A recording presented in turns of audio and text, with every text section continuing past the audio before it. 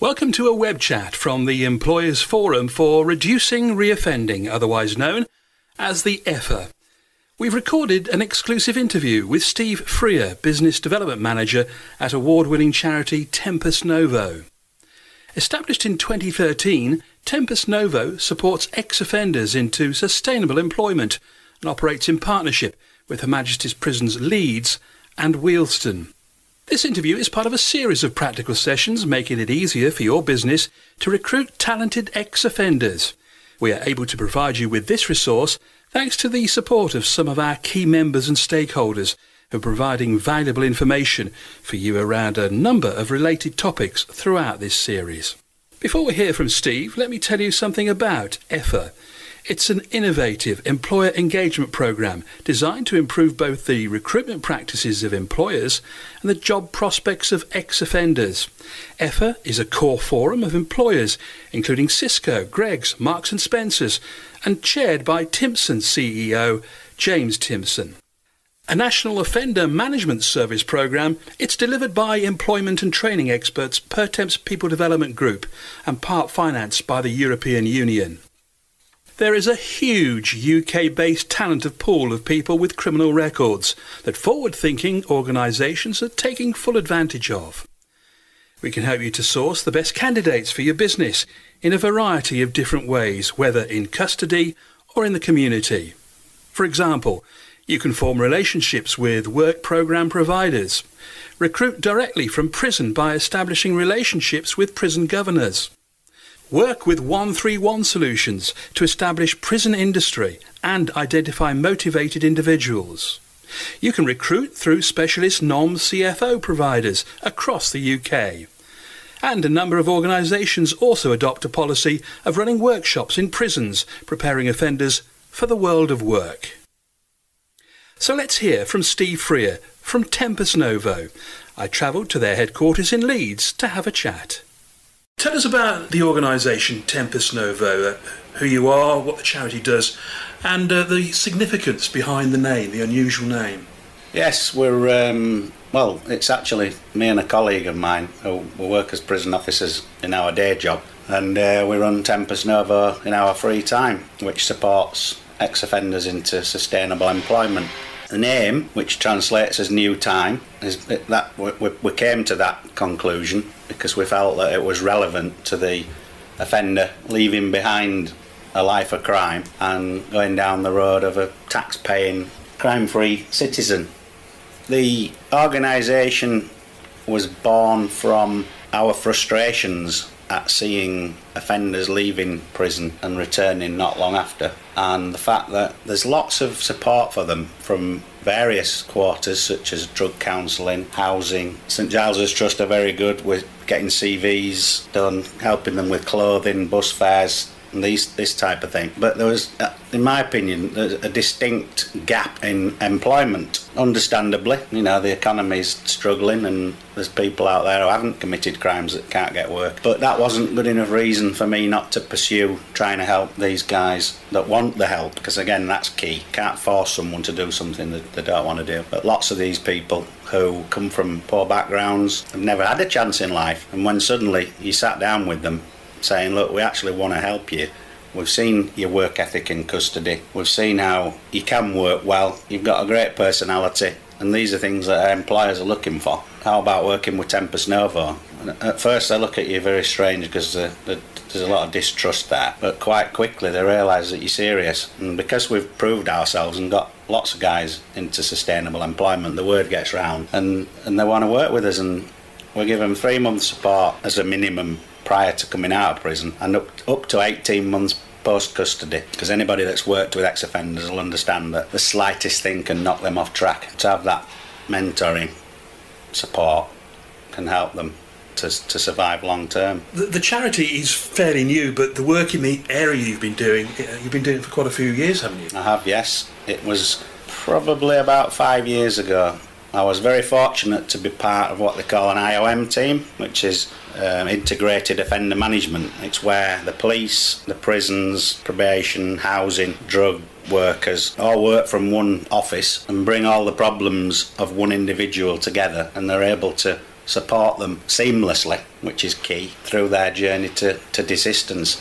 What struck me was the way the police were operating with some of the most chaotic people in our community. They knew them by name, they were wanting to take them by the hand and help them, and at first it shocked me, because with 25 plus years of locking people up and warehousing literally, I was quite, as I say, shocked at this approach. But then I saw how the guys were responding, as any other human being would, when there's kindness and someone wanting to help, that they actually wanted to please. And I thought, right, this model can work now. But again, like I said earlier, the bit that's missing is the employment, because it doesn't matter who you are and where you're from, you need an income. And these guys, the only thing they know when they haven't got an income to put food on the table is crime, so they'll revert straight back to crime. And I thought, right, well, we can take this a step further through a charity and use all those expertise from the police, the probation, prison connections, and we can actually start to transform lives and create a better community, which is what we've done quite successfully so far. Tell us a little bit about the job you do by day, and of course Tempus Novo is staffed by prison officers. It is, yeah. The job by day, unfortunately at the moment, due to cuts, and it's no different to any other public service, it's very, very difficult to do anything beyond the basics. Tempus Novo actually gives us more of a sense of purpose and much more satisfaction being able to help these guys beyond the basics from within a custodial setting. So what support do you offer with the recruitment and training of offenders? Go into a little bit of detail about that. Recruitment and training, very little, to be perfectly honest with you. The training side of it they get from the custodial sentence, and the recruitment, I don't like to see us as a recruitment agency, because we offer a very personal and bespoke service to these people. And what we do is we bring employers into the prison, which is a very important part of the process. They then see that it's not as the media describe it, and that a lot of these people are hard-working and orderly. That breaks down an awful lot of barriers, and it enables us to move on to discussing what a lot of the people deserve a second chance. And you find that 9 out of 10 employers who come into the prison want to engage with us beyond that and actually help. We don't ask for jobs because we realise that's not realistic. We ask them if they'll consider giving someone an interview so that they've got an opportunity. More often than not, it does lead to an interview, and a lot of the guys end up successful in getting sustainable employment. This is a question that's asked by many in the offender arena. How do you, as an organisation, Tempus Novo, guard against negative publicity? Because it happens all the time, doesn't it? Absolutely. I'm a big believer, no risk, no progress. Along my journey within rehabilitation, I've listened to and seen people that have gone there before me, such as James Timpson from Timpson's. Very inspiring. Big supporter of him as an individual and the company philosophy. Read their book, implemented some of their processes for interviewing techniques, and back to the question of how do you deflect negativity? Well, it's simple for me, because with any subject there's negativity, but when you talk about rehabilitating someone who's been really chaotic in the local community and reducing the number of victims, reducing the cost to the taxpayer, reducing the figures, the numbers going into prison, for me it's a no-brainer. And you're also obviously taking someone from the dole queue and turning them into taxpayers and hard-working citizens. I think if you look deeper than that, one of our clients, he's had a little boy who's now got a chance in life. As opposed to looking at daddy as a heroin addict and criminal, he'll look at him as a hard-working citizen. And so it's a generational thing as well. What advice and support can you give to an organisation that is considering employing offenders? I'd say be open-minded first and foremost. It's very easy to say no to something that you really don't know a great deal about. So I would say at least listen. Take an hour out of your day to find out a bit more, because I think you'll be pleasantly surprised, because it's a win-win situation, is this. I can imagine the recruitment process could be quite daunting for some employers.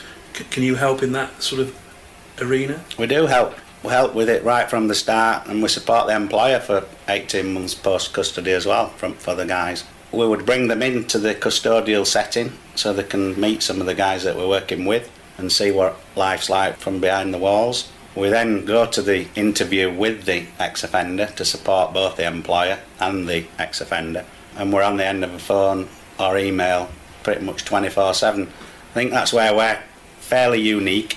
We're not a 9 to 5 operation. We're dealing with human beings, and the problems don't stop at 5 o'clock at night. What advice would you give to employers when it comes to interviewing an offender? How do you deal with that situation? Well, the employers that we work with have already had a lot of background information about how to work with ex-offenders, and actually not to judge, not to stigmatise, to understand that a lot of these are just broken human beings looking for a second chance in life. Quite often, by the time we arrive at interview, they're comfortable with the whole situation and actually want to help that individual, which is quite significant. If it's relevant to a particular individual, how do you handle the element of disclosure? Well, we certainly don't ask them to put it on a PA system within the warehouse. Because we've engaged with either the CEO or certainly a decision maker within the business at an early stage, once it comes to interview time, obviously we've had an awful lot of contact with the guy who's going for interview, and we leave it to the offender themselves as to whether they want to disclose, and the employers are happy with that. They know we don't work with sex offenders, and we make no apologies for that, and we don't work with serious violence, so they know that the low risk ex-offenders by and large that we work with. How do you get the best out of interviewing an offender? Because it's going to be a nervy situation, isn't it? Yeah, well, it's a 2-stage process is the interview. We interview them in custody first off to introduce ourselves as an organisation, tell them what we do, what we stand for, and that's quite a powerful thing, because you're getting to know someone as a human being and allowing them to get to know you actually, which is equally important, and you're building up a trust and sort of an unwritten contract, if you like, for moving forward, which certainly plays a big part in whether or not this journey is going to be a long one or not. You know, people are entitled to their opinions, and understandably maybe a bit nervous about ex-offenders coming into their work environment. We work on the premise that we select the right people, so they want to change and they make the change, and off the back of that other employers are comfortable working with us. I mean, I can give you an example of a guy called Barry who started work at a company just over 2 years ago. He disclosed to the CEO what he'd done in his past. They didn't announce it publicly. Through hard work and good interpersonal skills, became a valued member of the team, and they now call him Barry the Con. And it's a bit of a joke situation in the workforce, but I think if you speak to the guy who owns the company, he's one of the best employees he's got. You tend to hear that an awful lot, don't you? So they've got a point to prove. Yes, these people, I guess if you put yourself in their position, a lot of the guys we work with come from disadvantaged backgrounds where dad's been in and out of prison, mum's maybe been on the game, they've been introduced to Class A drugs at a young age. I say this very often, they're not going to wake up at 16 and say, Mum, I'm going to university. Because of the situation that they've been in all their lives, when someone comes along and wants to actually help them, they grab it with both hands, and they don't want to let people down. Now, occasionally, of course, there will be problems and things will go wrong, as they do with people that haven't been in trouble, or haven't been to prison. That's part of life. It doesn't deter us from working with these people, because most of them actually want to prove that they can be the best employee there is. Now, your work is based around Yorkshire. What would you say to those employers in the county? I would say be open-minded about giving ex-offenders a second chance. providing you're comfortable with the organisations that are working with these people and the level of support they get, and a bit of a track record, I would suggest, then it can be a great thing for business, and it's certainly a fantastic contribution that you make into the local community. So if you're the type of person that wants to get a bit of a buzz out of helping your local community, then give us a shout, get involved. And you do find those people, they have a passion for helping out by employing an offender, don't they? Absolutely. It's a big help. It would be fantastic if you could get all these in one room at one time, because you're quite right, you find that a lot of the people that they want to help, they've got the passion to see these people survive long term. The charity, as we mentioned earlier on, is relatively new. You've been doing a lot of work in the background for 4 or 5 years. How do you see the future, or you want to see the future of Tempus Novo go? Yeah, we've got a very clear vision for Tempus Novo. We realise that there are only so many ex-offenders who will want to change, first and foremost, and secondly fit the grade for prospective employers.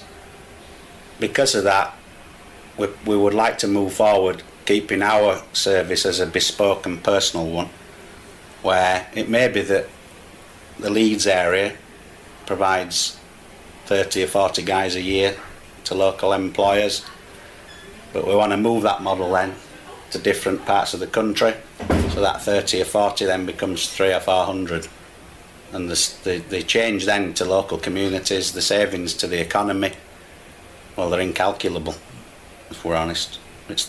National average is £40,000 for a 12-month sentence. They say that it's £65,000 to get to the 12-month sentence stage, because guys have committed 5, 6 previous offences. And for the prolific offenders, which we commit to working with 10%, these are the guys who will commit 4 burglaries a day, 5, 6, at a cost to the economy of £4,000 per burglary. Then all of a sudden businessmen get excited then, because it's usually pound notes that make them tick, quite rightly, and they want to have a big impact, which they can. If anybody who's been listening to you chat today, Steve, would like to know more about your organisation, perhaps ask you a few questions, what's the best way of getting in touch with you? Well, the best way would be through the website, which is due to be launched today. Great. Which is www.tempusnovo.org, or they can contact myself, which is steve@tempusnovo.org, or val@tempusnovo.org. Who's my partner and colleague. Steve Freer, Business Development Manager at Tempus Novo, thank you for sharing your thoughts today. You're welcome, and thank you for the opportunity. Well, many thanks to Steve for this latest EFFRR web chat. The contact details for the organisation are on your screen now. Our employer teams will be making a call to you over the months ahead to provide support for you and your business. If you'd like details about the EFFRR, you can email EFFRR, EFFRR, at ppdg.co.uk, and there'll be details online too. And keep an eye on our website, effffrr.co.uk. You can connect with us via our LinkedIn group or follow us on Twitter. All those details are available on screen right now. This is the Employers Forum for Reducing Reoffending. The forum is funded by the National Offender Management Service co-financing organisation and the European Social Fund. The European Social Fund in England is investing in jobs and skills, focusing on people who need support the most and helping them fulfil their potential.